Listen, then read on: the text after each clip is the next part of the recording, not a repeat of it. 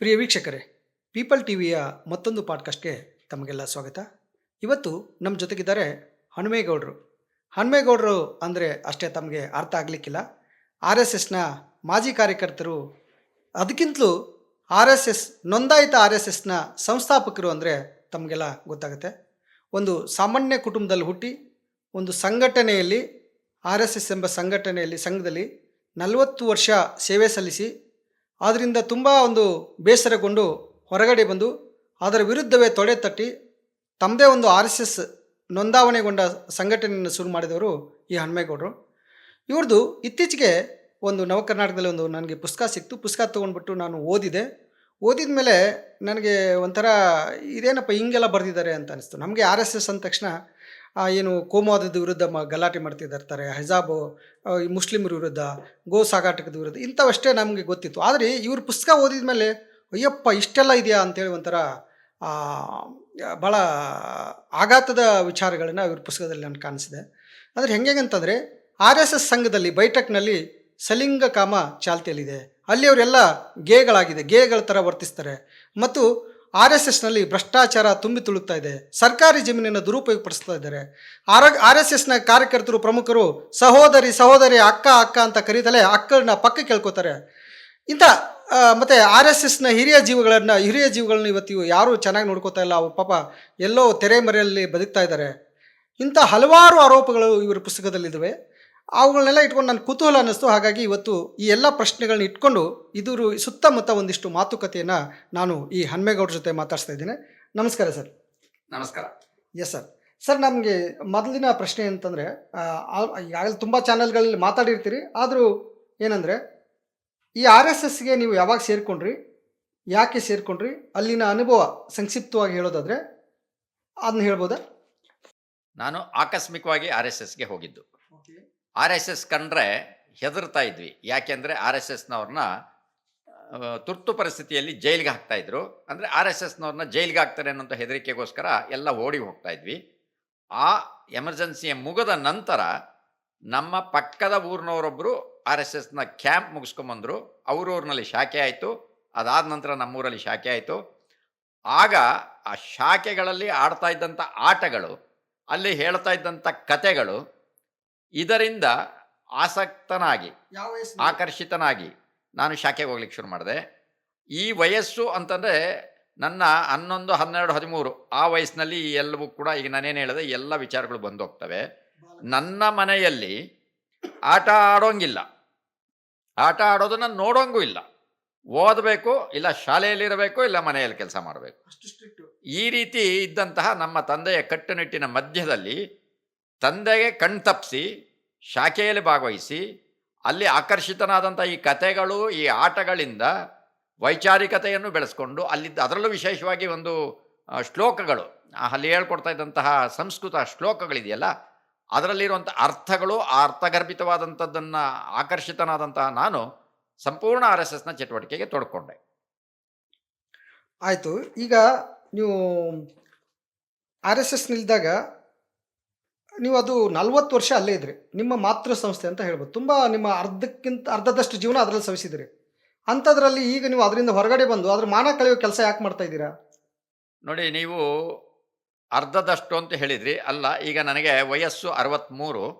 ನಾನು 12, 13ನೇ ವಯಸ್ಸಿನಲ್ಲಿ R S ಎಸ್ಗೆ ಹೋದೆ.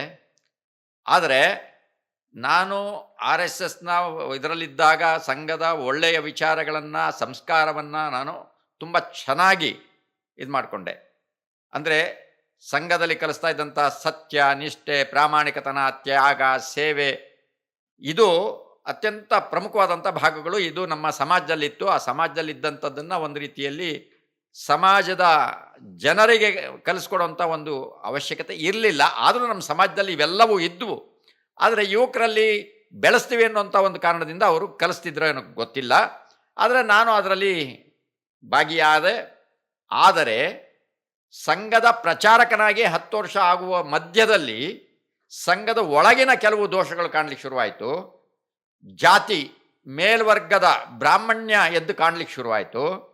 ಅದಾದ ನಂತರ ಭ್ರಷ್ಟಾಚಾರ, ಮೋಸ, ವಂಚನೆಗಳಿಗೆ ಆರ್ ಎಸ್ ಎಸ್ನಲ್ಲಿ ಒಂದು ರೀತಿ ಉತ್ತೇಜನ ಕೊಡುವಂಥ ಲಕ್ಷಣಗಳು ನನ್ನ ಕಣ್ಣು ಮುಂದೆ ಬಂತು. ಆಗ ನಾನು ಅನಿವಾರ್ಯವಾಗಿ ಅದನ್ನು ಪ್ರಶ್ನೆ ಮಾಡಲಿಕ್ಕೆ ಶುರು ಮಾಡಿದೆ. ಪ್ರಶ್ನೆ ಮಾಡಿದ್ದು ಆರ್ ಎಸ್ ಎಸ್ನವರಿಗೆ ಕಣ್ಣುರಿ ಆಯಿತು, ಹೊಟ್ಟೆ ಉರಿ ಆಯಿತು. ಹಾಗಾಗಿ ನಾನು ಈಚೆ ಬರಲಿಕ್ಕೆ 20 ವರ್ಷ ತಗೋಬೇಕಾಯಿತು. ಅಂದರೆ ಸಂಘದ ಸಂಸ್ಕಾರವಂತನಾಗಿ ಬೆಳೆದಿದ್ದಕ್ಕೆ 20 ವರ್ಷ, ಹೋರಾಟ ಮಾಡಿ ಈಚೆ ಬರಲಿಕ್ಕೆ 20 ವರ್ಷ, ಈ ರೀತಿ ಆಯಿತು.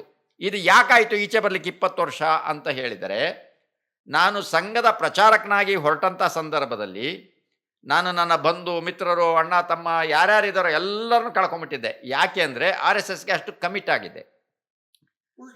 ಫುಲ್ ಟೈಮ್ ದೇಹ ನಶ್ವರ ದೇಶ ಶಾಶ್ವತ ಅಂತ ನನಗೆ ಹೇಳ್ಕೊಟ್ಟಿದ್ರು.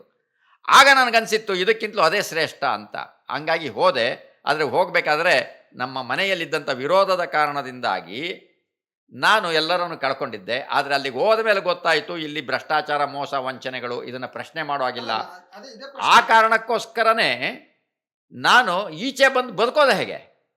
ನಾನು ಎರಡೇ ದಾರಿ ಇದ್ದಿದ್ದು. ಒಂದು ನೇಣಾಕ್ಕೋಬೇಕು, ಇಲ್ಲ ಅವಮರ್ಯಾದೆಯಿಂದ ಸಮಾಜದಲ್ಲಿ ತಲೆ ಎತ್ತಿ ನಡಿಲಿಕ್ಕಾಗದೆ ತಲೆ ಬಗ್ಸಿ ಅವಮಾನದಿಂದ ಪ್ರಾಣಿಗಿಂತಲೂ ಕಡೆಯಾಗಿ ಬದುಕಬೇಕಾಗಿತ್ತು. ಅಂದ್ರೆ 20 ವರ್ಷ ನೀವು ಅಲ್ಲಿ ನಿಮ್ಗೆ ಅಲ್ಲಿ ಮೋಸ, ವಂಚನೆ, ಭ್ರಷ್ಟಾಚಾರ ಎಲ್ಲ ನಡೀತಾ ಇದೆ ಅಂತ ಗೊತ್ತಿದ್ರು ಕೂಡ ಅಲ್ಲೇ ಇದ್ರೆ 20 ವರ್ಷ?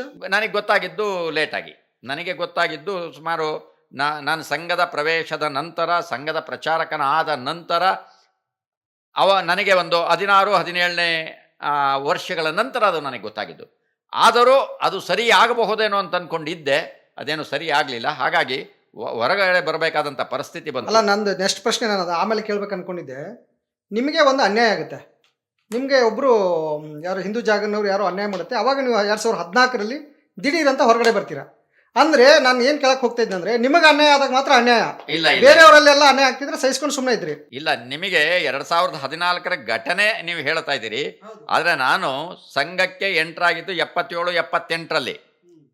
92-93ರಲ್ಲಿ ಜಾತಿಯ ಅಸ್ಪೃಶ್ಯತೆ ಇದು ಎದ್ದು ಕಾಣ್ತು.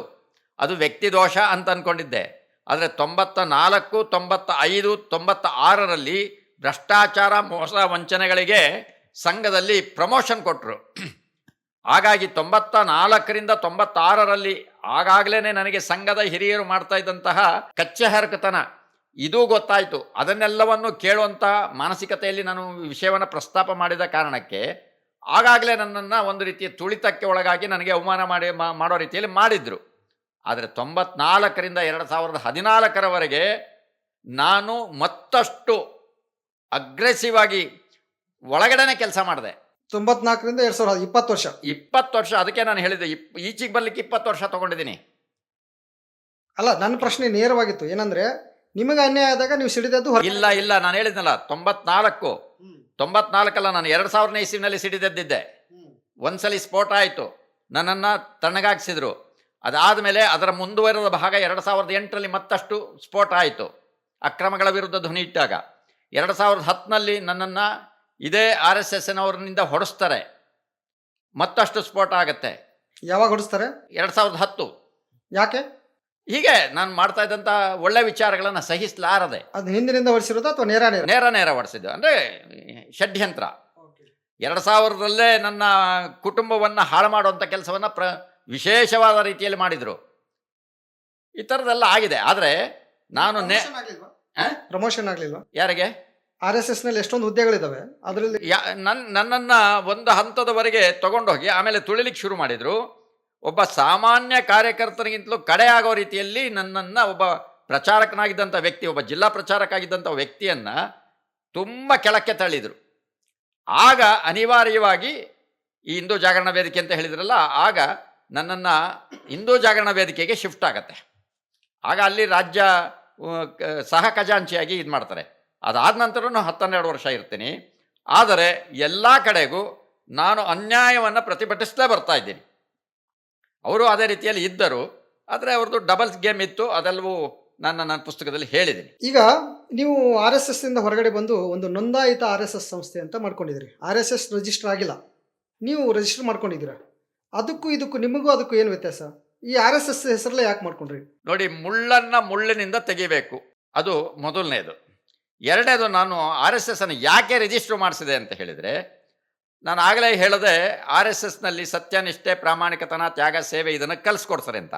ಆದರೆ ನಡೆಯಲ್ಲಿ ತದ್ವಿರುದ್ಧವಾಗಿತ್ತು. ಅದನ್ನೇ ನಾನು 94ರಿಂದ ಪ್ರಶ್ನೆ ಮಾಡಿದ್ದು. ಇದು ಬರ್ತಾ ಬರ್ತಾ ಜಾಸ್ತಿ ಆಗ್ತಾ ಬಂತು. BJP ಅಧಿಕಾರಕ್ಕೆ ಬಂದ ಮೇಲೆ ಮತ್ತಷ್ಟು ಅದು ಹೆಮ್ಮರ ಆಯಿತು. ಈ ಸಂದರ್ಭದಲ್ಲಿ BJPಯವರ ಭ್ರಷ್ಟಾಚಾರಗಳನ್ನು, ಅವರ ಅಕ್ರಮಗಳನ್ನು, ಅನೀತಿಗಳನ್ನು, ಅನ್ಯಾಯಗಳನ್ನು ನಾನು ಗಟ್ಟಿ ಧ್ವನಿಯಲ್ಲಿ ಪ್ರಶ್ನೆ ಮಾಡಿದೆ. ಆ ವಿಚಾರದ ಹಿನ್ನೆಲೆಯಲ್ಲಿ 2012ರಲ್ಲಿ ಹಿರಿಯ BJPಯ ಜೀವಗಳನ್ನು ಒಟ್ಟಿಗೆ ಇದು ಮಾಡಿಕೊಂಡು BJP ಹಿರಿಯರ ವೇದಿಕೆ ಅಂತೇಳಿ ಒಂದು ಸಂಘಟನೆ ಕಟ್ಟಿದ್ವಿ. ರಾಜ್ಯಾದ್ಯಂತ ಪ್ರವಾಸ ಮಾಡಿ 20 ಜಿಲ್ಲೆಗಳಲ್ಲಿ ಸಂಘಟನೆಯನ್ನು ಮಾಡಿದ್ವಿ. ಆಗ BB ಶಿವಪ್ಪನವರು ನಮಗೆ ನೇತೃತ್ವದಲ್ಲಿದ್ದರು. ಉರಿಮಜಲು ರಾಂಭಟ್ರು ಕರ್ನಾಟಕದ ಮೊಟ್ಟ ಮೊದಲ BJPಯ ಶಾಸಕ, ಅಂದರೆ ಆಗ ಅವರು ಜನಸಂಘದಿಂದ ಗೆದ್ದಿದ್ದು, ಅವರೇ ಮೊದಲನೇ ಇವರು. ಅಂಥ ವ್ಯಕ್ತಿಗಳನ್ನ ನಾವೆಲ್ಲ ಒಟ್ಟಿಗೆ ಸೇರಿಕೊಂಡು ಮಾಡ್ತಾ ಇದ್ವಿ. ಆದರೆ BJPಯವರು ಹೈಜಾಕ್ ಮಾಡಿ BB ಶಿವಪ್ಪನವರಿಗೆ MLC ಮಾಡಿ ನಮ್ಮ ಸಂಘಟನೆಯನ್ನು ನಾಶ ಮಾಡ್ತಾರೆ. ಆಗ ನಾನು ಹೇಳ್ತೀನಿ, ಕಟ್ಟಬೇಕಾದ್ರೆ ನಾವೆಲ್ಲ ಬೇಕು, ವಿಸರ್ಜನೆ ಮಾಡಲಿಕ್ಕೆ ನಿಮ್ಮ ಅಪ್ಪನ ಮನೆ ಆಸ್ತಿನ ಅಂತ ನಾನು BB ಶಿವಪ್ಪನವ್ರಿಗೆ ಪ್ರಶ್ನೆ ಮಾಡ್ತೀನಿ. ಅಲ್ಲ ಸರ್, ಆಗ ನಿಮ್ಮ ವಿಚಾರಕ್ಕೆ ನಿಮ್ಮ ಪ್ರಶ್ನೆ ಬೇರೆ ನೇರವಾಗಿದೆ. ನನ್ನ ಪ್ರಶ್ನೆ ಏನಂದ್ರೆ, RSS ಒಂದ್ ಕಡೆ ಇದೆ, ನೋಂದಾಯಿತ RSS ಒಂದ್ ಕಡೆ ಇದೆ. ಈ RSS ಸಂವಿಧಾನ ವಿರೋಧಿ, ಇದು ನೀವು ಸಂವಿಧಾನ ಪರ ಅಂತ ಹೇಳ್ತಾ ಇದ್ದೀರಾ. ಬಟ್ ನೀವು ಸಂವಿಧಾನ ಪರ ಇದ್ರೆ ನೀವು ಮುಸ್ಲಿಮರನ್ನ ಈಗ ಅವರು ಅಲ್ಲ, ನೀವು ರಿಜಿಸ್ಟರ್ ಯಾಕೆ ಆಯಿತು ಅಂತ ಹೇಳ್ತಿದ್ರಿ, ಅದಕ್ಕೆ ನಾನು ಉತ್ತರ ಹೇಳ್ತಾ ಇದ್ದೀನಿ. ಈಗ ನಾನು ನೀವು ರಿಜಿಸ್ಟರ್ಡ್ RSS, ಈ RSS ಯಾಕೆ ಅದೇ ಹೆಸರು ಯಾಕೆ ಬೇಕು ಅಂತ ಅದಕ್ಕೆ ನಾನು ಹಿನ್ನೆಲೆ ಹೇಳ್ತಾ ಇದ್ದೀನಿ. ಹಾಗಾಗಿ BB ಶಿವಪ್ಪನವ್ರನ್ನ MLC ಮಾಡಿ ಇಡೀ ಸಂಘಟನೆಯನ್ನು, ಅಂದರೆ BJP ಹಿರಿಯರ ವೇದಿಕೆಯನ್ನು ಕೊನೆ ಮಾಡ್ತಾರೆ. ಆಗ ನಾನು RSS ಸಂಸ್ಕಾರ ಆಗಿದ್ದರೆ ಯಾರಿಗೆ, BJPಯವರಿಗೆ ಆತ್ಮಸಾಕ್ಷಿಯಿಂದ ಉತ್ತರಿಸಿ ಅಂತ 23 ಪ್ರಶ್ನೆ ಹಾಕ್ತೀನಿ. ಆಗ BJPಯವರು ನನ್ನ ಮೇಲೆ ಒಂದು ಕೇಸ್ ಹಾಕ್ತಾರೆ. ಹನುಮೇಗೌಡರ ಈ ಕೇಸಿನ ಈ ಪತ್ರಿಕಾ ಪ್ರಕಟಣೆಯಿಂದ BJPಗೆ ಇರ್ರಿಪೇರಬಲ್ ಡ್ಯಾಮೇಜ್ ಆಗ್ತಾ ಇದೆ ಅಂತ. ನನ್ನ ಅಭಿವ್ಯಕ್ತ ಸ್ವಾತಂತ್ರ್ಯ ಈ ವಿಚಾರವನ್ನು ಕೋರ್ಟ್ ಎತ್ತಿ ಹಿಡಿಯುತ್ತೆ. ಅದಾದಮೇಲೆ ನಾನೊಂದು ಮಾನಹಾನಿ ಕೇಸ್ ಹಾಕ್ತೀನಿ. ಆ ಮಾನಹಾನಿ ಕೇಸ್ ಗೆಲ್ಲೋ ಸಲುವಾಗಿ BJPಯವರು ನನ್ನನ್ನು ಪ್ರಶ್ನೆ ಮಾಡ್ತಾರೆ, ಹನುಮೇಗೌಡ್ರೆ ನೀವು RSS BJPಗೆಲ್ಲ ಕೆಲಸ ಮಾಡಿದ್ದೀನಿ, ಆದರೆ ನನ್ನಲ್ಲಿ ಸಂಸ್ಕಾರ ಇದೆ, ನಿಮ್ಮಲ್ಲಿ ಸಂಸ್ಕಾರ ಇಲ್ಲ ಅನ್ನೋ ರೀತಿಯಲ್ಲಿ ನೀವೆಲ್ಲ ಪ್ರಶ್ನೆ ಮಾಡಿ ನನಗೆ ಇದನ್ನು ಮಾಡಿದಿರಿ. ಆದರೆ ಈ RSS BJPಗೆ ಕೆಲಸ ಮಾಡಿರೋದಕ್ಕೆ ಯಾವ ದಾಖಲೆಯನ್ನು ಕೋರ್ಟ್ಗೆ ಕೊಟ್ಟಿದ್ದೀರಿ, ಇದನ್ನು ಅವರು ಪ್ರಶ್ನೆ ಮಾಡ್ತಾರೆ. ಯಾರು, BJPಯ ವಕೀಲರು.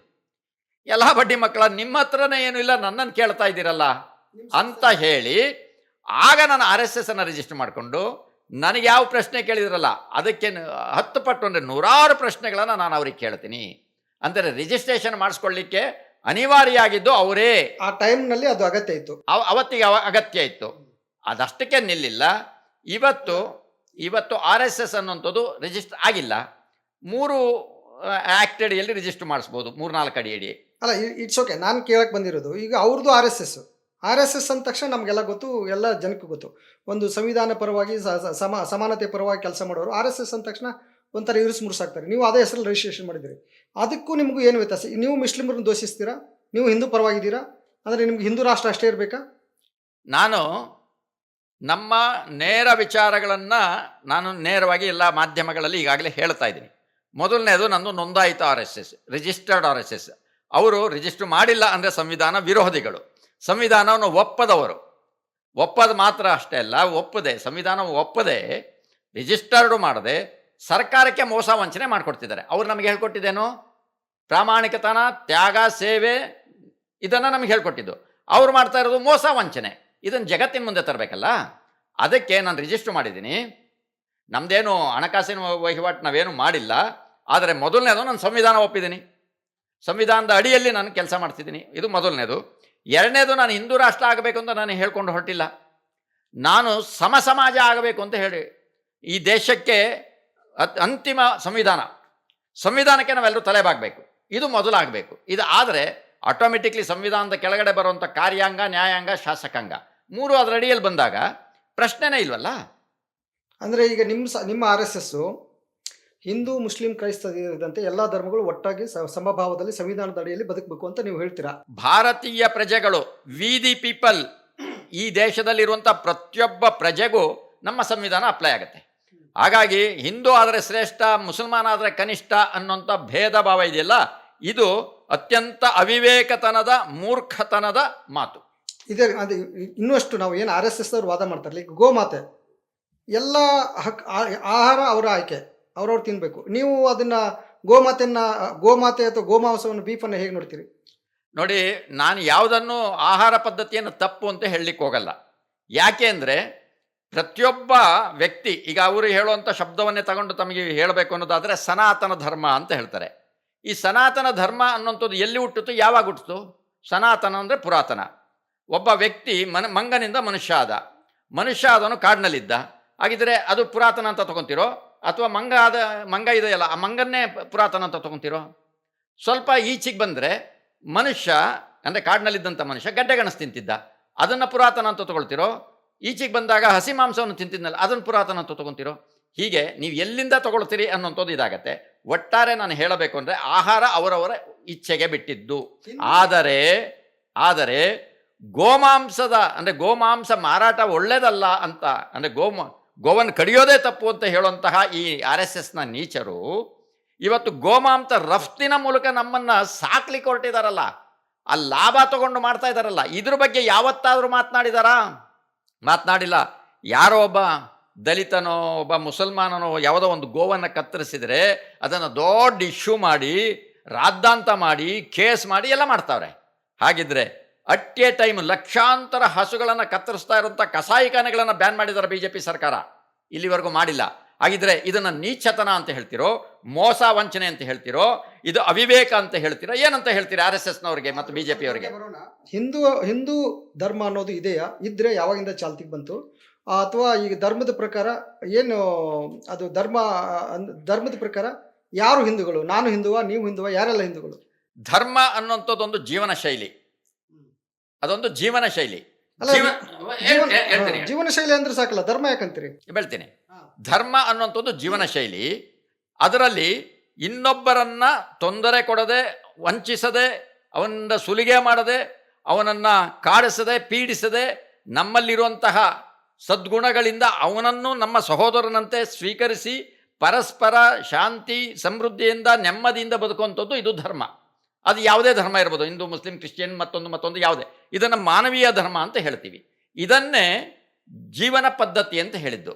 ಆದರೆ ಇವತ್ತು RSSನವರು ಹೇಳ್ತಾ ಇರುವಂಥದ್ದು ಅದು ಧರ್ಮ ಅಲ್ಲ, ಹಿಂದುತ್ವ. ಹಿಂದೂ ಧರ್ಮ ಅವರು ಹೇಳ್ತಿದ್ದಾರೆ, ಅದನ್ನು ಹಿಂದುತ್ವ ಅಂತ ಮಾಡ್ಕೊಂಡಿದ್ದಾರೆ. ಅದು ನಮ್ಮದೇ ಶ್ರೇಷ್ಠ. ಆದರೆ ಹಿಂದುತ್ವದ ಜೀವನ ಶೈಲಿಯಲ್ಲಿ ಯಾವತ್ತೂ ಅದನ್ನು ಹೇಳಿಲ್ಲ. ಅದನ್ನು ಇವರು ಹೇಳ್ತಾ ಇದ್ದಾರೆ ಅಂತಂದರೆ ಇವರು ವಿಕೃತಿ ಮನೋಭಾವನೆಯಿಂದ ಹೇಳ್ತಿದ್ದಾರೆ ಅಂತ ನಾನು ನೇರ ಆರೋಪ ಮಾಡ್ತಿದ್ದೀನಿ. ಅದಕ್ಕೆ ಹಿಂದುತ್ವವೇ ಬೇರೆ, ಹಿಂದೂ ವಿಚಾರಧಾರೆಯೇ ಬೇರೆ. ಹಿಂದೂ ವಿಚಾರಧಾರೆ ಅದು ಧರ್ಮ ಅಲ್ಲ. ಹಿಂದುತ್ವದಲ್ಲಿ ಕೆಲವೊಂದಿಷ್ಟು ಒಳ್ಳೆ ವಿಚಾರಗಳಿದಾವೆ. ಈಗ ಉದಾಹರಣೆಗೆ ಅವರೇ ಹೇಳುವಂಥದ್ದು ಸಹನಾವತು ಸಹನವು ಬುನಕ್ತು, ಅದಕ್ಕೆ ತದ್ವಿರುದ್ಧವಾಗಿ ನಡ್ಕೊಳ್ತಾ ಇದ್ದಾರೆ ಸರ್. ವಸುದೇವ ಕುಟುಂಬಕಂ. ಈಗ ಇದು ನಾವೆಲ್ಲ ಇಡೀ ಭೂಮಿ ಜಗತ್ತೇ ಒಂದು ಭೂಮಂಡಲವೇ ಒಂದು ಕುಟುಂಬ ಅಂತ ಹೇಳ್ತಾನೆ. ನಮ್ಮ ಧರ್ಮದಲ್ಲಿ, ನಮ್ಮ ದೇಶದಲ್ಲಿ ಇವ್ರು ಇರಬೇಕು, ಇವ್ರು ಇರಬಾರ್ದು, ಇವರು ಮೂಲ ನಿವಾಸಿಗಳು ಹಿಂದೂಗಳು, ಇವರಲ್ಲ ಅನ್ನೋ ತಾರತಮ್ಯವನ್ನು ಯಾಕೆ? ಅದು ಅದೇನು ರಾಜಕೀಯ ಕಾರಣಕ್ಕಾಗಿ ಮಾಡ್ತಾರಾ ಅಥವಾ ಅವ್ರ ಒಳಗಡೆನೇ ಅದು ತುಂಬಿಕೊಂಡಿದೆಯಾ ಅಂತ? ನೋಡಿ, ನೀವು 3-4 ವಿಚಾರಗಳನ್ನು ಕೇಳಿದಿರಿ. ಅದನ್ನು ನಾನು 3-4 ವಿಚಾರಗಳನ್ನು ಬಿಡಿಸಿ ಹೇಳಬೇಕಾಗತ್ತೆ. ಮೊದಲನೇದು, RSSನವರು ನುಡಿದಂತೆ ನಡೀತಾ ಇಲ್ಲ. ಅದೇ ಕಾರಣಕ್ಕಾಗಿ ನಾನು RSSನ ರಿಜಿಸ್ಟರ್ಡ್ RSSನ್ನು ಮಾಡಬೇಕಾಯಿತು. ಎರಡನೇದು, ಸತ್ಯನಿಷ್ಠರಾಗಿ ಪ್ರಾಮಾಣಿಕರಾಗಿ ಇರಬೇಕು. ಆದರೆ ಅವರು ರಿಜಿಸ್ಟರ್ ಮಾಡಿಸಿಲ್ಲ, ಲೆಕ್ಕನೂ ಕೊಡ್ತಾ ಇಲ್ಲ. ಹಾಗಾಗಿ ಅವರು ವಂಚಕರು, ಮೋಸಗಾರರು. ಮೂರನೇದಾಗಿ, ಗೋಮಾತೆಯ ಈ ವಿಚಾರದಲ್ಲೂ ಕೂಡ ಅವರು ಗೋಭಕ್ತಿ, ಕಪಟ ಗೋಭಕ್ತಿ ಇದ್ದಾರೆ. ಇನ್ನು ನೀವು ಹೇಳದಾಗೆ ಈಗ ಏನೊಂದು ಅವರು ಓಂ ಸಹನಾವವತು ಸಹನೋ ಬುನಕ್ತು ಅಂತ ಹೇಳಿದರೆ, ನಾವೆಲ್ಲರೂ ಒಟ್ಟಿಗೆ ಕೂಡೋಣ, ಒಟ್ಟಿಗೆ ಆಹಾರವನ್ನು ತಿನ್ನೋಣ, ಕೂಡಿ ಬಾಳೋಣ ಅನ್ನೋಂಥದ್ದು ಓಂ ಸಹನಾಭವತು ಸಹನ ಬುನಕ್ತು ಅನ್ನೋಂಥದ್ದು. ಆದರೆ ಅವರು ನೀವು ಬೇಡ, ನೀವು ಬೇಡ, ನೀವು ಬೇಡ ಅನ್ನೋ ರೀತಿಯಲ್ಲಿದ್ದಾರೆ. ಮುಸಲ್ಮಾನರು ಬೇಡ, ಕ್ರಿಶ್ಚಿಯನ್ರು ಬೇಡ, ದಲಿತರು ಬೇಡ, ಅವರು ಬೇಡ, ಇವರು ಬೇಡ ಅನ್ನೋಂಥ ಸ್ಥಿತಿಯಲ್ಲಿದ್ದಾರೆ. ಇದು ಹೇಗೆ ಓಂ ಸಹನಾಭವತು ಆಯಿತು? ಅವರು ಹೇಳೋದೊಂದು ಮಾಡೋದೊಂದು ಆಯಿತು. ಹಾಗೆಯೇ ಸರ್ವೇ ಜನ ಸುಖಿನೋ ಭವತ್ತು ಅಂತ RSSನ ಹಿಂದೂ ವಿಚಾರದಲ್ಲಿದೆ. ಆದರೆ ಇದನ್ನು ಹೇಳ್ತಾ ಇದ್ದಾರೆ, ಇದನ್ನು ರಕ್ಷಣೆ ಮಾಡ್ತೀವಿ ಅಂತ ಹೇಳ್ತಾ ಇದ್ದಾರೆ. ಆದರೆ ಅವರು ಬಯಸೋವಂಥದ್ದು ನಿತ್ಯವೂ ಮುಸಲ್ಮಾನರಿಗೆ ಕೆಟ್ಟದ್ದೇ ಆಗಲಿ, ಅವರೆಲ್ಲರೂ ಕೂಡ ಏನು ಭಯೋತ್ಪಾದಕರು, ಅವರು ಈ ದೇಶಕ್ಕೆ ರಾಕ್ಷಸರಂತೆ ಕಾಣ್ತಿದ್ದಾರೆ, ಈ ರೀತಿಯಲ್ಲಿ ವರ್ಣನೆ ಮಾಡ್ತಾರೆ. ವಸುದೈವ ಕುಟುಂಬ, ಇಡೀ ಜಗತ್ತೇ ಒಂದು ಕುಟುಂಬ ಅಂತಂದಾಗ ಇಡೀ ಜಗತ್ತಿನಲ್ಲಿರೋ ಎಲ್ಲ ಜನರು ನಾವು ಒಂದೇ ಕುಟುಂಬ. ಹಾಗಿದ್ರೆ ಪಾಕಿಸ್ತಾನನೇ ಯಾಕೆ ಬೈಬೇಕು? ಅಫ್ಘಾನಿಸ್ತಾನನೇ ಯಾಕೆ ಬೈಬೇಕು? ಬಾಂಗ್ಲಾದೇಶವನ್ನೇ ಯಾಕೆ ಬೈಬೇಕು? ಇದನ್ನೇ ದ್ವಂದ್ವ ನಿಲುವು, ದ್ವಂದ್ವ ನೀತಿ, ಕಪಟ ಮುಖವಾಡ ಅಂತ ಹೇಳಬೇಕಾಗತ್ತೆ. ಮುಂದುವರೆದು ಇನ್ನೊಂದು ಈ ವಿಚಾರವನ್ನು ಹೇಳಿ ನಾನು ಈ ಪ್ರಶ್ನೆಗೆ ಮುಗಿಸ್ತೀನಿ. ನೋಡಿ, ಅವರು ಅಖಂಡ ಭಾರತ ಅಂತ ಹೇಳ್ತಾರೆ.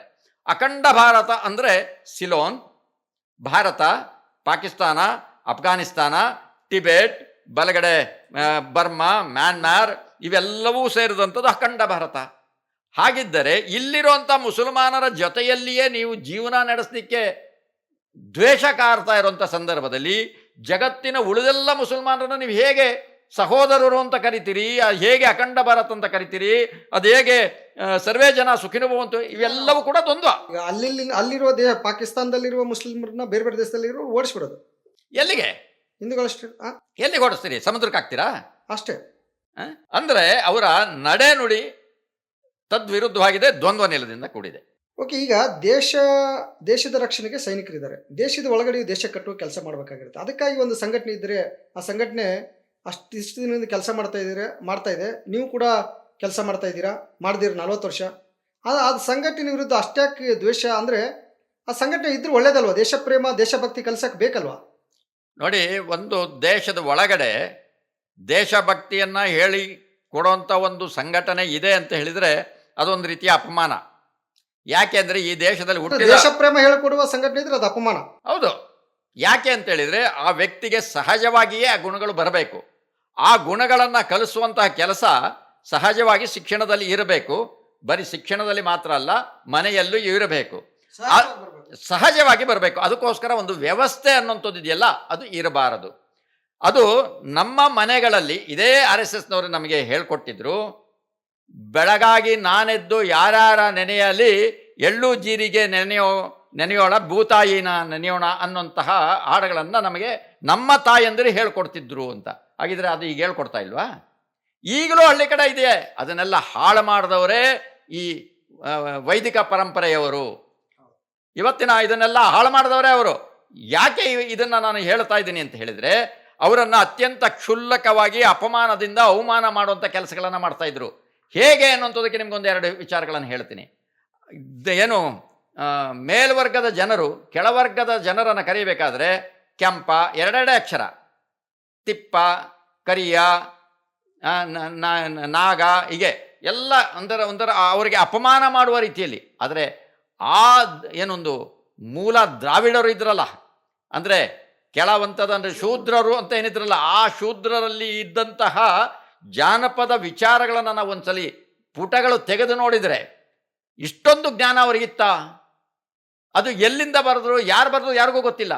ಆದರೆ ಈ ಮೇಲ್ವರ್ಗದವರು ಏನೋ ಒಂದಷ್ಟು ಬರ್ಕೊಂಡು ನಾವು ಬರೆದಿರೋದೇ ಎಲ್ಲ ಇದು ಸತ್ಯ ಅಂತ ಹೇಳಿಕೊಂಡು ಅದಕ್ಕೇನೋ ಒಂದು ತ್ಯಾಪೆ ಹಾಕೊಂಡಂಥ ಒಂದು ಕೆಲಸಗಳನ್ನು ಹೇಳಿಕೊಂಡು ಒಳ್ಳೊಳ್ಳೆ ಶಬ್ದಗಳನ್ನು ಬಳಕೆ ಮಾಡಿ ಅವರನ್ನೆಲ್ಲರನ್ನ ಹಾಳು ಮಾಡಿದರು ಅನ್ನೋಂಥದ್ದು ನಾನು ನೇರವಾಗಿ ಹೇಳಬೇಕಾಗತ್ತೆ. ಈಗ ಶೂದ್ರ ಅಂದ ತಕ್ಷಣ ಬಂತು. ಈ ಪುಸ್ತಕದಲ್ಲಿ, ನಿಮ್ಮ RSSನ ಕರಾಳಮುಖಗಳ ಪುಸ್ತಕದಲ್ಲಿ ಶೂದ್ರರನ್ನ 95 ಶೂದ್ರರನ್ನ ಬಳಸ್ಕೊಂಡು ಬೀಸಾಕ್ತಾ ಇದ್ದಾರೆ ಮತ್ತು ಶೂದ್ರನ ಶೂದ್ರ ಬಳಸ್ಕೊತಾ ಇದ್ದಾರೆ ಅಂತ ಹೇಳ್ತೀರಾ. ಅಂದರೆ ಈಗ ಮೇಲ್ವರ್ಗದ ಜನಸಂಖ್ಯೆ ಇರೋದೇ ಕಡಿಮೆ, ಎಲ್ಲರೂ ಅವರಷ್ಟೇ RSS ಅಂತ ದೇಶ ಪ್ರೇಮ ಮಾಡಬೇಕು, ಶೂದ್ರರು ಮಾಡಬಾರ್ದ ಅಂತ? ಹಾಗಲ್ಲ. ನೋಡಿ, ಈ ದೇಶದ ಬಹುಸಂಖ್ಯಾತರು ಬಂದು ಶೂದ್ರರು. ಈ ಯಾರು ಇವತ್ತು ನಾವು ಹಿಂದೂಗಳು ಅಂತ ಹೇಳ್ಕೊಳ್ತಾ ಇದ್ದಾರ, ಅವ್ರು ಯಾರು ನಮ್ಮ ದೇಶದವ್ರು ಅಲ್ಲ. ನನ್ನ ದೃಷ್ಟಿಯಲ್ಲಿ ಅವರು ಪರ್ಷಿಯಾದಿಂದ ಬಂದವರು. ಅವರು ಪರ್ಷಿಯಾದಿಂದ ಅಂತಂದರೆ ಅಫ್ಘಾನಿಸ್ತಾನ, ಪಾಕಿಸ್ತಾನ ಮತ್ತು ಗುಜರಾತ್ ಮೂಲಕ ಬಂದರು. ಅದೇ ಕಳ್ಳ ದಾರಿಯಿಂದ ಬಂದಂಥವರು ಏನು ಇವತ್ತಿನ ಮೊಘಲರು ಅಂತ ಹೇಳ್ತಿದ್ದಾರಲ್ಲ ಅವರು. ಈ ದೇಶದಲ್ಲಿರುವಂಥ ಬಹುತೇಕ ಮುಸಲ್ಮಾನರು ಈ ದೇಶದವರೇ. ಅವರೆಲ್ಲರೂ ಕೆಳವರ್ಗದಿಂದ ಅಂದರೆ ಅತಿ ಶೂದ್ರ ವರ್ಗದಿಂದ ಕನ್ವರ್ಟ್ ಆದಂಥವರು. ಇಲ್ಲಿನ ಏನು ತುಳಿತಕ್ಕೆ ಒಳಗಾಗಿ ಅದನ್ನು ಸಹಿಸಲಿಕ್ಕೆ ಆಗದೆ ಮುಸಲ್ಮಾನರಾಗಿದ್ದಾರೆ ಅಂತ ನಾನು ನೇರವಾಗಿ ಹೇಳಬೇಕಾಗತ್ತೆ. ಈ ಬಂದಂತಹ ಜನ ಇವತ್ತು ಇಡೀ ದೇಶದಲ್ಲಿ ಹಂಚ್ಕೊಂಡಿದ್ದಾರೆ. ಈ 3% ಇವತ್ತು ಮೊದಲು ಅವರು ಬಂದಾಗ ಏನು ಹೇಳ್ಕೊಂಡ್ರು ಅಂದರೆ ಅದನ್ನು ಅವರು ಆರ್ಯ ಸಮಾಜ ಅಂತ ಹೇಳಿದರು. ಆರ್ಯರು, ಆರ್ಯಪುತ್ರರು ಅಂತ. ಅದು ನೆಕ್ಸ್ಟು ಬ್ರಹ್ಮ ಸಮಾಜ ಆಯಿತು, ಬ್ರಾಹ್ಮಣರು ಅಂತ ಕರ್ಕೊಂಡ್ರು. ಅದರ ನಂತರ ಹಿಂದುತ್ವ ಅಂತ ಕರ್ಕೊಂಡ್ರು. ಇವತ್ತು ಸನಾತನಗಳು ಅಂತ ಕರ್ಕೊತಾ ಇದ್ದಾರೆ. ಏನಕ್ಕೆ ಅಂದರೆ ಈ ಜನರನ್ನು ಹೇಗೆ ಅಂದರೆ ಜನ ಬುದ್ಧಿವಂತರಾಗ್ತಾರೋ ಆ ಬುದ್ಧಿವಂತಿಕೆಯನ್ನು ತುಳಿಲಿಕ್ಕೆ ಹೊಸ ಮುಖವಾಡಗಳನ್ನು ಹಾಕ್ತಾ ಇದ್ದಾರೆ. ಈ ಜನ ಇದಾರಲ್ಲ, ಯಾರು ಶೂದ್ರರು ಅಂತ ಹೇಳ್ತಾ ಇರುವಂಥ ಅವರೇ ಹೆಸರಿಟ್ಟು ಕರೆದಂಥ ನಮ್ಮ ಮೂಲ ದ್ರಾವಿಡರಿದ್ದೀರ ನಾವೆಲ್ಲ, ನಮ್ಮನ್ನು ಅವರು ಈ ರೀತಿ ಏನೇನೋ ಶಬ್ದಗಳ ಮೂಲಕ ಕಥೆಗಳು ಹೇಳೋದ್ರ ಮೂಲಕ ನಮ್ಮನ್ನು ನಂಬಿಸಿ ವಂಚಿಸಿ ಮೋಸ ಮಾಡ್ತಾ ಇದ್ದಾರೆ. ಆ ಮೋಸಕ್ಕೆ ಬಲಿಯಾಗಿ ನಾವು ಇವತ್ತು ಆ ಸಂಘಟನೆಯಲ್ಲಿ ಇದ್ದೀವಿ. ಆದರೆ ಇವತ್ತಿಗೂ 95% ಪ್ರಾಮಾಣಿಕರೇ ಆ ಸಂಸ್ಕಾರ ಪಡೆದಿರೋರು, ಅದರಲ್ಲಿ ನಾನು ಒಬ್ಬ. ಆದರೆ RSSನಲ್ಲಿ ನಡೀತಾ ಇರೋದೇನು ಇವತ್ತು? ನಡೀತಾ ಇರೋದೇನು ಅಂತಂದರೆ ಕಳ್ಳರು, ಸುಳ್ಳರು, ಅಪ್ರಾಮಾಣಿಕರು, ಅಯೋಗ್ಯರು, ಅತ್ಯಾಚಾರಿಗಳಿಗೆ ಇವತ್ತು BJPನಲ್ಲಿ ಸ್ಥಾನಮಾನ ಇದೆ. ಅಂದರೆ RSSನ ಇನ್ನೊಂದು ಮುಖವಾಡ ಅಧಿಕಾರ ಹಿಡಿಯುವಂಥದ್ದು. ಈ ಹಿಂದೆ ದೇಶಕ್ಕೆ ಬಂದಂತಹ ಮೊಘಲರು, ಡಚ್ಚರು, ಫ್ರೆಂಚರು, ಬ್ರಿಟಿಷರು ಯಾರಿದ್ರಲ್ಲ, ಅವರ ಜೊತೆಯಲ್ಲಿ ಅವರಿಗೆ ಸಹಕಾರಿಯಾಗಿ ಸೇಫರ್ ಝೋನ್ ಅಂದರೆ ಆಯಕಟ್ಟಿನ ಜಾಗದಲ್ಲಿ ಕೂತ್ಕೊಂಡು ಜೀವನ ನಡೆಸಿದ್ರು, ಸುಖ ಜೀವನ. ಇವತ್ತು ಕೂಡ ಅದೇ ಮಾಡಲಿಕ್ಕೆ ಹೊರಟಿದ್ದಾರೆ. ಅದನ್ನು ಮಾಡಲಿಕ್ಕೆ ಹಿಡನ್ ಅಜೆಂಡವೇ RSSದು ಈ ಒಂದು ಇದು.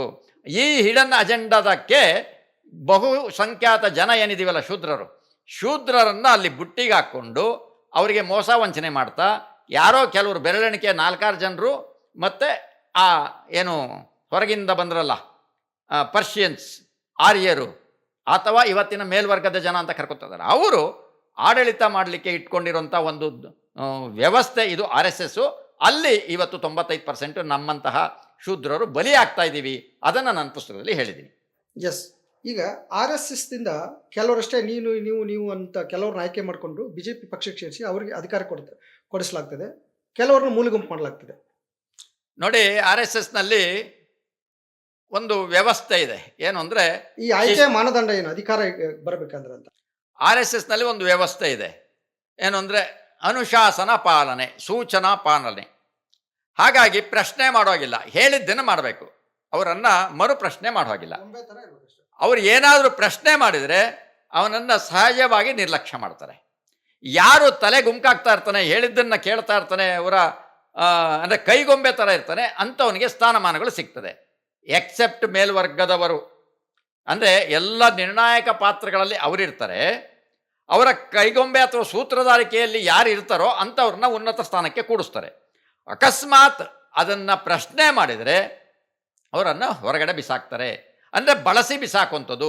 ಆ ರೀತಿ ಬಳಸಿ ಬಿಸಾಕಂಥವ್ರು ಇವತ್ತು ಇಡೀ ದೇಶದ ಉದ್ದಾಗಲಿಕ್ಕಿದ್ದಾರೆ. ನಿಮಗೆ ಕೆಲವನ್ನು ಹೇಳಬೇಕು ಅಂತಂದರೆ, ಕಲ್ಯಾಣ್ ಸಿಂಗ್ ಯಾವ ವರ್ಗದವರು? ಇವತ್ತು ರಾಮ ಮಂದಿರ ನಿರ್ಮಾಣಕ್ಕೆ ಪ್ರಮುಖ ಪಾತ್ರಧಾರಿಗಳು ಅವರೊಬ್ಬರು.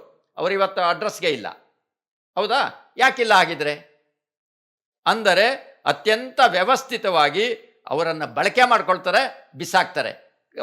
ಆಂಧ್ರ ಪ್ರದೇಶದಿಂದ ಒಬ್ಬರು BJPಗೆ ಒಬ್ಬರು ಅಂದರೆ ನಾವು ಎಲ್ಲ ಸಮಾಜದವ್ರಿಗೂ ಸ್ಥಾನಮಾನ ಕೊಡ್ತೀವಿ ಅಂತ ಹೇಳಿದರು. ಬಂಗಾರು ಲಕ್ಷ್ಮಣ್ ಅಂತೇಳಿ ಅಧ್ಯಕ್ಷನ ಮಾಡಿದರು. ಅವ್ರ ಮೇಲೆ ಒಂದು ಭ್ರಷ್ಟಾಚಾರದ ಗೂಬೆ ಕೂಡಿಸ್ಬಿಟ್ಟು ತುಳಿದ್ಬಿಟ್ರು. ಯಾಕೆ ತುಳಿದ್ರು? AK ಸುಬ್ಬಯ್ಯನವರು ಜನಸಂಘವನ್ನು ತುಂಬ ವ್ಯವಸ್ಥಿತವಾಗಿ ಸ್ವಂತ ಕಾರ್ ತಗೊಂಡು ಇಡೀ ರಾಜ್ಯಾದ್ಯಂತ ಸುತ್ತಾಡಿದರು. BB ಶಿವಪ್ಪನವರು ಅವರ ಸ್ವಂತ ಕಾರು, ಅವ್ರ ಪೆಟ್ರೋಲ್ನಲ್ಲಿ ಇಡೀ ಕರ್ನಾಟಕದಲ್ಲಿ BJPನ ಕಟ್ಟಿ ಬೆಳೆಸಿದರು. ಅವ್ರನ್ನ ಕೊನೆಗೆ ಏನು ಮಾಡಿದರು? ಅಂದರೆ ಇದು ನಾನು ಯಾಕೆ ಈ ಹೆಸರುಗಳನ್ನು ಅಷ್ಟೇ ಹೇಳಿದೆ, ಸಂಘದಲ್ಲಿ ಇದ್ದಂತಹ RSSನ ವ್ಯಕ್ತಿಗಳ ಹೆಸರನ್ನ ಯಾಕೆ ಹೇಳಲಿಲ್ಲ ಅಂದರೆ ನೀವು ಜನರಿಗೆ ಗೊತ್ತಾಗಬೇಕು, ಅದಕ್ಕೋಸ್ಕರ ಅವನ್ನು ಹೇಳಿದ್ದೀನಿ. ಈಗ ನಾನು ಇವತ್ತು ನನ್ನನ್ನು ದುರ್ಬಳಕೆ ಮಾಡಿ ಬಿಸಾಕಿದ್ರು. ಯಾಕೆ ಅಂತ ಹೇಳಿದರೆ, ನನ್ನ ಮನೆಯ ಸಂಸ್ಕಾರ ಹೇಗಿತ್ತು ಅಂದರೆ ಒಬ್ಬರ ಬ್ರಾಹ್ಮಣರ ಮನೆಗಿಂತಲೂ ಹೆಚ್ಚು ಸಂಸ್ಕಾರ ಇತ್ತು. ನನ್ನ ಮಕ್ಕಳು 8-10ನೇ ವಯಸ್ಸಿಗೆ ಇಡೀ ಭಗವದ್ಗೀತೆಯ ಶ್ಲೋಕಗಳನ್ನು ಯಾವುದೇ ಪುಟದ ಯಾವುದೇ ಶ್ಲೋಕದ 2 ಅಕ್ಷರ ಹೇಳಿದ್ರೆ ಅಲ್ಲಿಂದ ಹೇಳ್ತಾ ಇದ್ರು. 8 ವಯಸ್ಸಿಗೆ ವಿಷ್ಣು ಸಹಸ್ರನಾಮ, ಲಲಿತ ಸಹಸ್ರನಾಮ, ಹನುಮಾನ್ ಚಾಲೀಸ್, ಹೀಗೆ ಸಾವಿರಾರು ಶ್ಲೋಕಗಳು ಬರ್ತಾ ಇತ್ತು. ಅದರಿಂದ ಏನು ಉಪಯೋಗ ಏನು ಇಲ್ಲದೆ ಇರ್ಬೋದು. ಆದರೆ ಆಗಿನ ನನ್ನ ಮಾನಸಿಕ ಸ್ಥಿತಿಯಲ್ಲಿ ನಾನು ಬ್ರಾಹ್ಮಣರ ಒಂದು ಕುಟುಂಬದಂತೆ ನಾನಿದ್ದೆ, ಅದಕ್ಕಿಂತಲೂ ಮೇಲೆ ಇದ್ದೆ.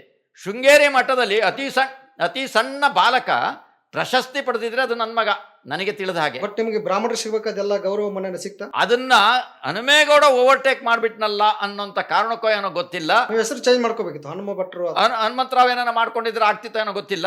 ಆದರೆ ನನ್ನ ಜೀನ್ಸ್ ಇದೆಯಲ್ಲ, ಅಂದರೆ ನಾವೆಲ್ಲರೂ ಒಂದು, ನಾವೆಲ್ಲರೂ ಹಿಂದೂ ಅಂತ ಹೇಳುವಂಥ ಈ ಸಂಘದಲ್ಲಿ ಜಾತೀಯತೆ ಬಹಳ ನಿಶ್ಚಯವಾಗಿ ಕಾಣ್ತಿದೆ ಅಂತ ಹೇಳ್ತಿದ್ದೀನಿ. ಎಸ್, ಅದರ ಅನುಭವವೂ ಇದೆ. ಅದರ ಅನುಭವ ನಾನು ನನ್ನ ಪುಸ್ತಕದಲ್ಲಿ ಹೇಳಿದ್ದೀನಿ. ಎಲ್ಲಿಯವರೆಗೆ ಅಂತಂದರೆ, ನೀವು ಆಗಲೇ ಮಾಂಸಾಹಾರದನ್ನು ಇದನ್ನು ಕೇಳಿದ್ರಿ. ಯಾರು ಮಾಂಸಾಹಾರ ಇವತ್ತು ತಪ್ಪು ಅಂತ ಹೇಳ್ತಾ ಇದ್ದಾರ ಅಂತಹ ಬ್ರಾಹ್ಮಣರ ಮತ್ತು RSSನ ಪ್ರಮುಖ ಹುದ್ದೆಯಲ್ಲಿ ಕೂತಿರೋಂಥವ್ರು, ನಾನು ಅವರಿಬ್ಬರು ಒಟ್ಟಿಗೆ ಹೋದಾಗ ನನಗೆ ಕೆಲವು ಮನೇಲಿ ಊಟ ಹಾಕ್ತಿದ್ರು. ಮಾಂಸಾಹಾರ ಹಾಕ್ತಿದ್ರು, ಅವರು ಅದನ್ನು ಸವಿತಿದ್ರು, ನಾನು ಅದನ್ನು ತಿಂತಿರಲಿಲ್ಲ. ಅದಕ್ಕೆ ನನ್ನ ವಿರುದ್ಧವೇ ಒಂದು ಷಡ್ಯಂತ್ರವನ್ನು ರೂಪಿಸಿದರು. ಇಷ್ಟರ ಮಟ್ಟಿಗೆ ಆ ವ್ಯಕ್ತಿ ಇವತ್ತು ಉನ್ನತ ಹುದ್ದೆಯಲ್ಲಿದ್ದಾರೆ. ನಾನೀಗ ಅದನ್ನು ಹೇಳೋದಿಲ್ಲ, ಮುಂದೆ ಯಾವತ್ತಾರು ಒಂದಿನ ಬರುತ್ತೆ ಅವಾಗ ಹೇಳ್ತೀನಿ. ಅಂದರೆ ಅವರು ಬ್ರಾಹ್ಮಣರು ನಮಗಿಂತಲೂ ಹೆಚ್ಚಿಗೆ ಮಾಂಸಾಹಾರ ತಿಂತಿದ್ರು. ಅಂದರೆ ಇದನ್ನು ಗಮನಿಸಿದಾಗ ಅವರ ನಡೆ ನುಡಿ, ನಾನು ಆಗಲೇ ಹೇಳಿದಾಗೆ ನಡೆ ನುಡಿ ದ್ವಂದ್ವ ಇದು ಇವತ್ತು RSS BJPಯವರಲ್ಲಿದೆ. ನಿಮ್ಮ ಜೊತೆ ಈಗ ನಿಮಗೊಂದು 63 ವರ್ಷ ವಯಸ್ಸು. ನಿಮ್ಮ ಜೊತೆ ಏನು ನನ್ನ ಸಂಘಕ್ಕೆ ಕಾರ್ಯಕರ್ತರಾಗಿ ಸೇರ್ಕೊಂಡಿದ್ದಾರಲ್ಲ, ಅವ್ರಿಗೂ ನಿಮ್ಮಷ್ಟೇ ವಯಸ್ಸು. ಅವ್ರ ಬದುಕು ಈಗ ಹೇಗೆ ನಡೀತಾ ಇದೆ? ಅವರೆಲ್ಲ ಚೆನ್ನಾಗಿ ನೆಮ್ಮದಿಯಾಗಿ ಬದುಕ್ತಾ ಇದ್ದಾರೆ? ಅಂಧಭಕ್ತಿಯ ಅವಿವೇಕಿ, ಮೂರ್ಖ, ಮುಟ್ಟಾಳರಾಗಿ, ವಂಚಕ, ನೀಚ, ಅತ್ಯಾಚಾರಿ, ಅನಾಚಾರಿ, ವ್ಯಭಿಚಾರಿ, ಸ್ವಂತಿಕೆ, ಸ್ವಾಭಿಮಾನ, ಸ್ವಚಿಂತನೆ ಎಲ್ಲವನ್ನ ಕಳೆದುಕೊಂಡು BJPಗೆ ಗುಲಾಮರಾಗಿ ಅವ್ರ ಜೊತೆಯಲ್ಲಿದ್ದಾರೆ. ನಾನೇನಪ್ಪ ಇಷ್ಟೊಂದು ಶಬ್ದ ಹೇಳ್ಬಿಟ್ರಿ ಅಂತ ನಿಮ್ಗೆ ಆಶ್ಚರ್ಯ ಆಗ್ತಾ ಇರ್ಬೋದು. ಅದು ನನಗೂ ಅಷ್ಟು ಅರಗಿಸ್ಕೊಳಕ್ಕಾಗಲಿಲ್ಲ. ಯಾಕೆ ನಾನು ಈ ಶಬ್ದಗಳೆಲ್ಲ ಹೇಳಿದ್ದೀನಿ, ಇವೆಲ್ಲವೂ ಅವರಿಗೆ ಯಾಕೆ ಅಪ್ಲೈ ಆಗುತ್ತೆ ಅಂತ ಹೇಳಿದರೆ,